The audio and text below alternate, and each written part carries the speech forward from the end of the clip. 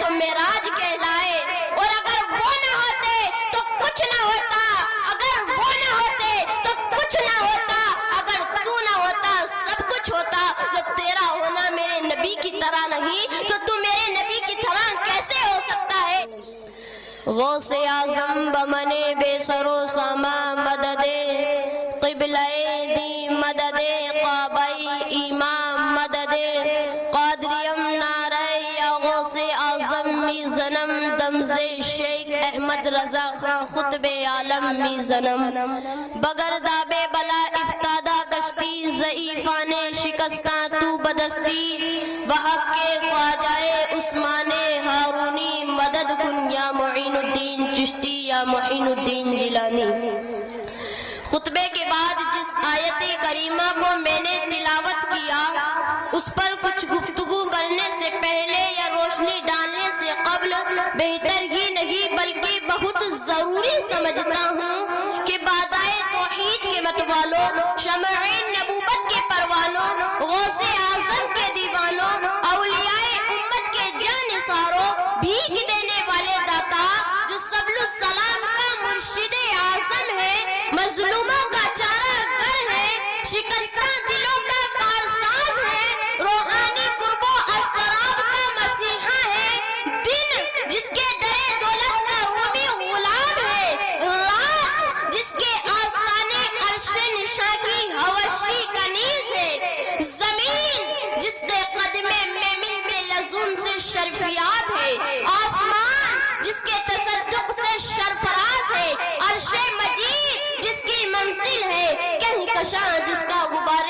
راہ ہے، وہ آقا ٹوٹی ہوئی ہڈی کو لعابِ دہن سے جوڑ دیں، وہ آقا کاٹے ہوئے سانپ کو لعابِ دہن سے شفا بخش دے، سارے نبیوں کی امام، امام الانبیاء، محبوب کبریا، فقر موجودات، احمد مجتبی محمد مصطفیٰ صلی اللہ علیہ وسلم کی بارگاہ بکسپنا میں جھوم جھوم کر عقیدت اور محبت کے ساتھ درود پاک کا نذرانہ پیش کریں اور پڑھے بلند آواز سے اللہم صلی علی سیدنا و مولانا محمد۔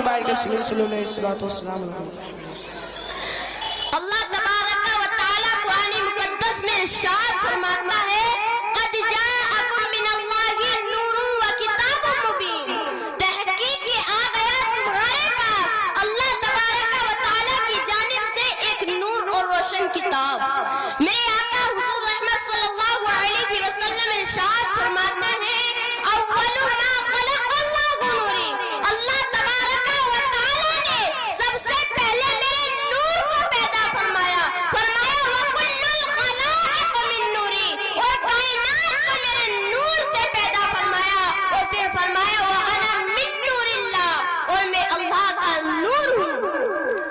کچھ لوگ کہتے ہیں کہ اللہ تبارک و تعالی نے اپنے نور کو الگ کر کے پھر ہمارے نبی کے نور کو بنایا۔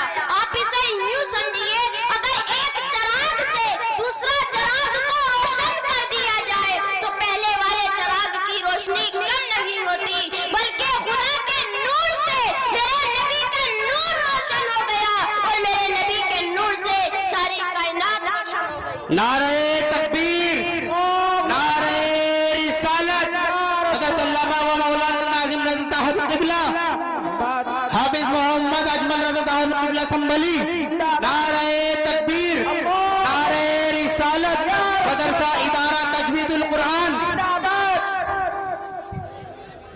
میرے نبی کے نور سے ساری کائنات روشن ہو گئی اور کسی کے نور میں کوئی کمی بھی نہیں آئی، اسی لیے تو اعلیٰ حضرت فرماتے ہیں میں غدا تو بادشاہ بھرتے پیالہ نور کا، نور دن دونا تیرا دے ڈال صدقہ نور کا۔ اور کتاب سے پہلے اللہ تبارک و تعالی نے کتاب سے پہلے بھیجا نور کو، اور ذکر بھی کتاب سے پہلے فرمایا نور کا۔ کیوں؟ ارے بابا بات کتاب کی ہے، کتاب اندھیرے میں نہیں پڑھی جا سکتی، کتاب پڑھنے کے لیے ضرورت ہوتی ہے روشنی کی۔ اگر کتاب روشنی میں پڑھو گے تو صحیح پڑھو گے اور صحیح سمجھ میں آئے گا، اور اگر اندھیرے میں پڑھو گے تو کچھ کا کچھ پڑھو گا اور کچھ کا کچھ سمجھ میں آئے گا۔ اللہ تبارک و تعالی نے نور یعنی روشنی کسے بتایا ہے؟ کیا سورج کی روشنی کو بتایا؟ نہیں۔ نہیں کہ چاند کی روشنی کو بتایا، نہیں کہ چراغوں کی روشنی کا ذکر کیا، نہیں کہ مشعلوں کی روشنی کا ذکر فرمایا، نہیں اس آیت کریمہ میں اللہ تبارک و تعالیٰ نے اور روشنی کا ذکر نہیں فرمایا اور نور کا ذکر نہیں فرمایا، بلکہ فرمایا ہے تو نور محمدی کا ذکر فرمایا ہے۔ اور اعلیٰ حضرت کیا خوبصورت انداز میں بیان کرتے ہوئے نظر آتے ہیں، تاج والے دیکھ کر تیرا امامہ نور کا، سر جھکاتے ہیں الہی بول بالا نور کا۔ This is such a great trip. Didn't we plan a good one this time, team? I would love to take us all to dinner tonight to Santino's, make the reservation and get back to me about it. Oh, once for the opera. Oh, and we can take you to the sunset. 7 a.m. Oh, Chris, are you getting any of this? Dinner at Santino's, opera tonight, tour tomorrow, and check up on Shuggy. Oh, okay. You go, Chris. اللہ تبارک و تعالیٰ کے اعلان سے پتا چلا کہ کتاب سے پہلے ذکر فرمایا نور کا اور بھیجا بھی کتاب سے پہلے نور کو۔ کیوں؟ کیونکہ لوگ نور میں رہنا سیکھ جائیں، نور کی باتیں سن کر، نور کا اخلاق دیکھ کر، نور کا پینے دیکھ کر، نور کی محبت کا رواج دیکھ کر اپنے ظاہر کو روشن کر لے، پھر دی کتاب پڑھ کر اپنے باطن کو روشن کر لے، اور جن کے ظاہر و باطن چمک گئے اس نبی کی چوکھٹ پہ صدقہ لینے چلے جاتے ہیں۔ شاعر کیا خوب فرماتا ہے، صبح طیبہ میں ہوئی بٹتا ہے باڑا نور کا، صدقہ لینے نور کا آیا ہے تارا نور کا۔ اور لوگ کہتے ہیں کہ نبی ہماری طرح ہم ان کی طرح، ارے تم کہاں سود والے وہ کہاں دودھ والا، تم کہاں خاک والے وہ کہاں نور والا، تم کھرے پانی میں تھوک دے تو پانی خراب ہو جائے، اور وہ کھرے پانی میں تھوک دے تو پانی میٹھا ہو جائے، اور تم اپنے محبوب سے ملنے جاؤ تو ملاقات کہلائے، اور وہ اپنے محبوب سے ملنے جائے تو معراج کہلائے۔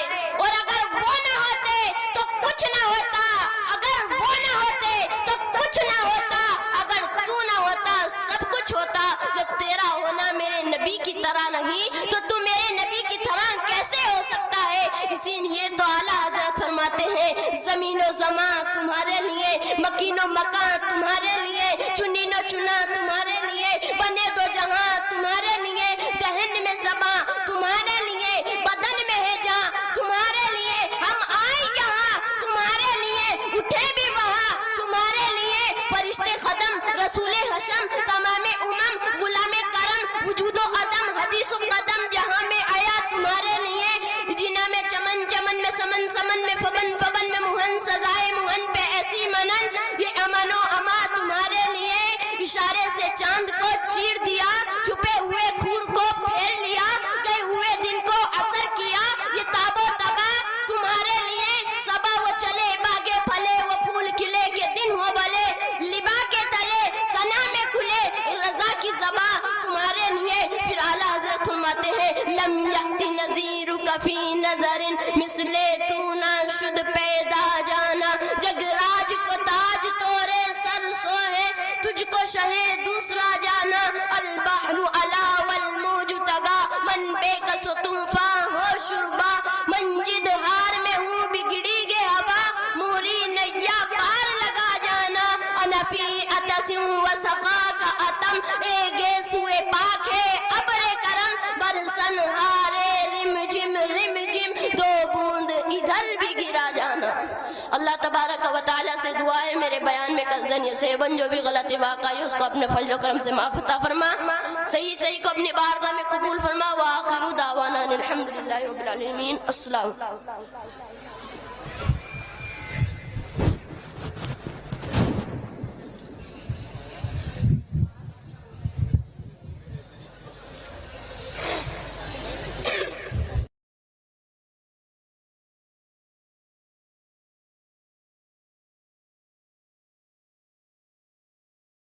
لوگ گھبرا جاتے ہیں۔ آج ہم نے دعا تو کی آپ کے کہنے کی وجہ سے، لیکن ملتا کچھ ہے نہیں، پتہ نہیں میری دعا قبول ہوتی ہے یا نہیں۔ یہ جملہ کبھی نہ کہیں نا امیدی کا ہے۔ کبھی کبھار کچھ لوگ ہمارے پاس آ کر کہتے ہیں دعا کی درخواست ہر مومن سے کرنا تو چاہیے. آپ میرے لیے دعا کریں اور آپ ہم سے کہیں کہ آپ ہمارے لیے دعا کریں, یہ مومنوں کا شیوا ہے, دستور ہے. لیکن یہ کہنا میری نہیں قبول ہوتی, آپ کی قبول ہوتی ہے, تم مایوس ہو اپنے رب سے. اور اللہ عز و جل کے قبول کرنے پر تمہارا یقین نہیں رہ گیا, یہ مایوسی کفر تک لے جاتی, بندے کو کافر بنا دیتی.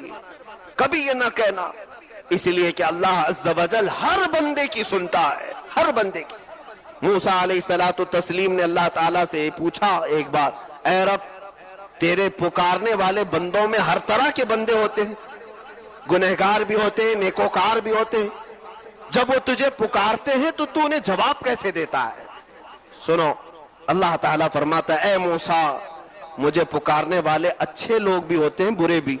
جب نیک لوگ مجھے پکارتے ہیں ربنا کہہ کر یا ربی کہتے ہیں تو میں ان کے جواب میں کہتا ہوں لبیک یا عبدی, اے بندے بول میں تیرے لیے حاضر ہوں, میں حاضر ہوں.